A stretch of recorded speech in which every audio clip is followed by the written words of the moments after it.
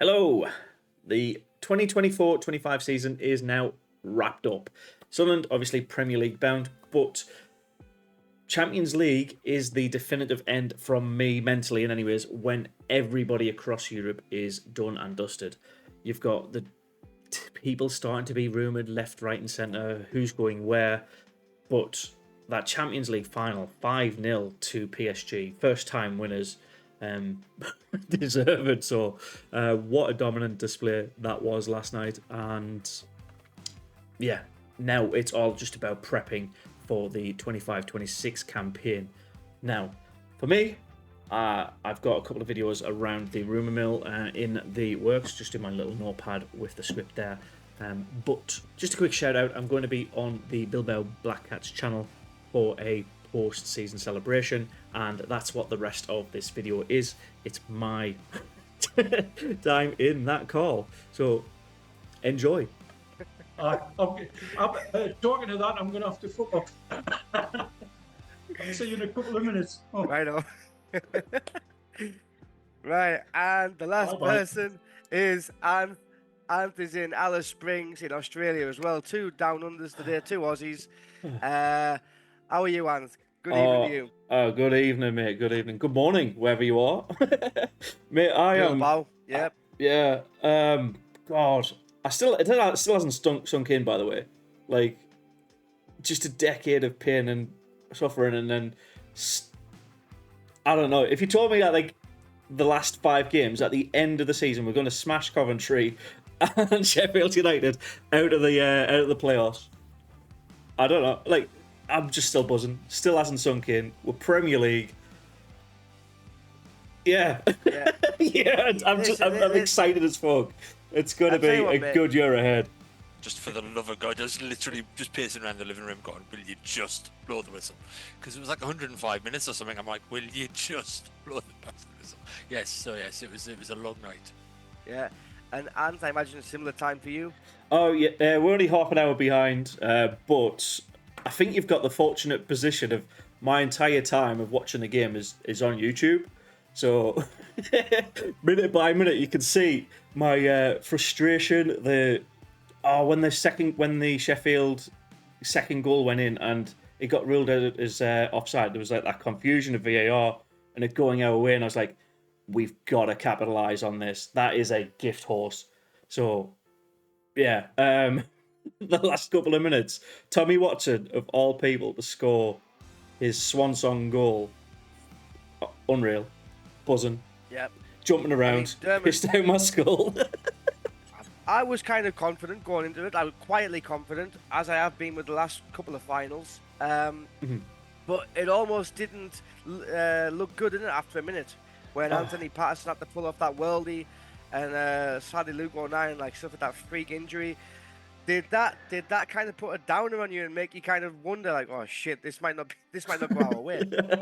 No, I think I was like you at the start, and anyways, going into the game before the first the whistle was blown, we were the underdogs. We've got nothing. Well, we've obviously got the Premier League to lose, but nobody's overly putting too much emotional investment in this season. Has to be our Premier League season. So Pato making that save and Luke O'Nien, how did he break his? He just pushed into Kiefer Moore a bit weird, right? And his arm dislocated. Apart from Luke O'Nien getting that incident, I still felt like it was us to defend well.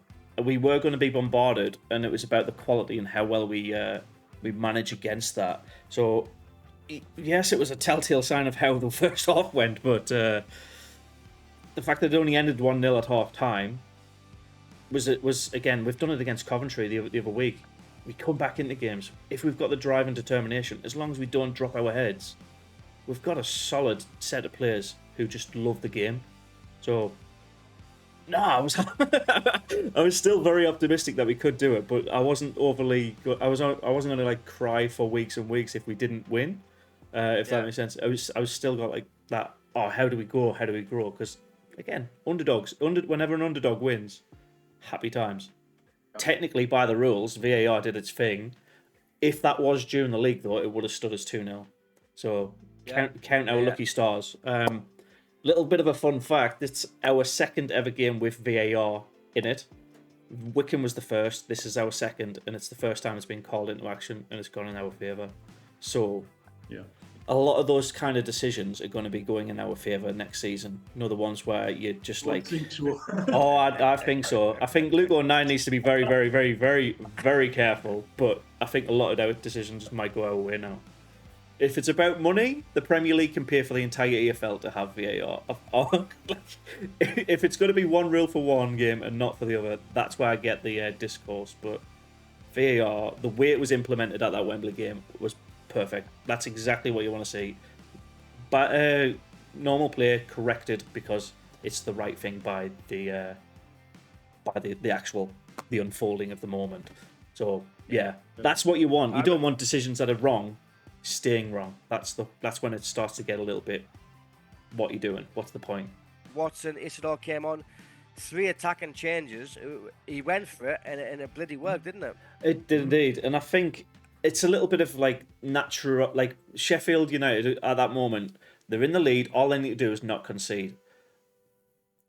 We've done it time and time again this season where we just drop back naturally. We keep dropping back, and if Sunderland had got a lot more freedom to push forward, we will punish teams, and that's where those substitutions, those fresh legs come in and get that extra half a yard. They get that little bit of extra like inch to get the cross in properly, and you could see it building up more and more throughout that second half. Chris Wilder dropping further back, trying to keep his players with the legs, trying to get them to the 90 minutes, and then just Mienda's goal. Yeah. I think they got knackered out a bit, didn't they? Yeah, we just overworked them. We had the ball, and when we had the ball, we were smart and fast with it, and they couldn't cope because we're pushing up in like a classic. We worked as a team, and they were working as individuals. And I think one of the moments, which again you'll not really like hear a lot on other podcasts, is just the the slide tackles. Hume's just absolute wipeout. Like that kind of moment, there you go. What was that? You just get the fans behind you with those slide tackles. Like that's what Sunderland are about. Put your heart into it, and if you get the fans behind you, you got a 12th man on the pitch. I love that sort of thing. You know, I mean, I'm not alone. I mean, the noise that came out of our end when he hit Cameron Diaz when he sliced him in two. The famous beautiful action. Fuck's sake, that was just you know, and that was just brilliant. That lifted everybody. But Anth, talking about those subs, and we've touched them before, it was very, very brave from Lebris.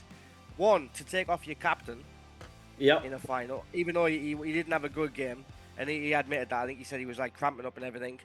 But two, to bring on Tommy Watson, 18-year-old, who basically has had like an up and down season, hasn't he, because of the way he came in, the injury, but then the news that he was like leaving to Brighton.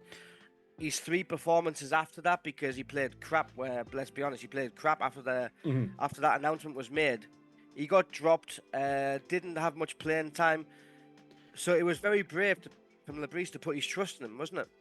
Oh, absolutely. I think it's one of those things where you know this player has a lot of talent.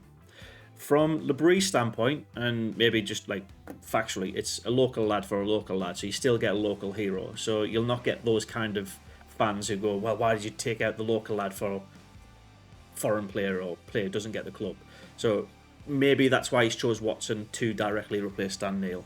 Don't know, but again, like it's not a like for like swap. It's a more attacking minded, free flowing swap, and like you said, his form was off, so you've got to just consider like what's the main reason for that, because obviously you've got the training camp, the pre-match build up. He can see how much quality and how ready he is for that moment, but if his last 3 performances are still halfway, I'm on my way to Brighton, it is just purely let's throw the wild card in there. That's how I'm seeing it, going all in and seeing what happens.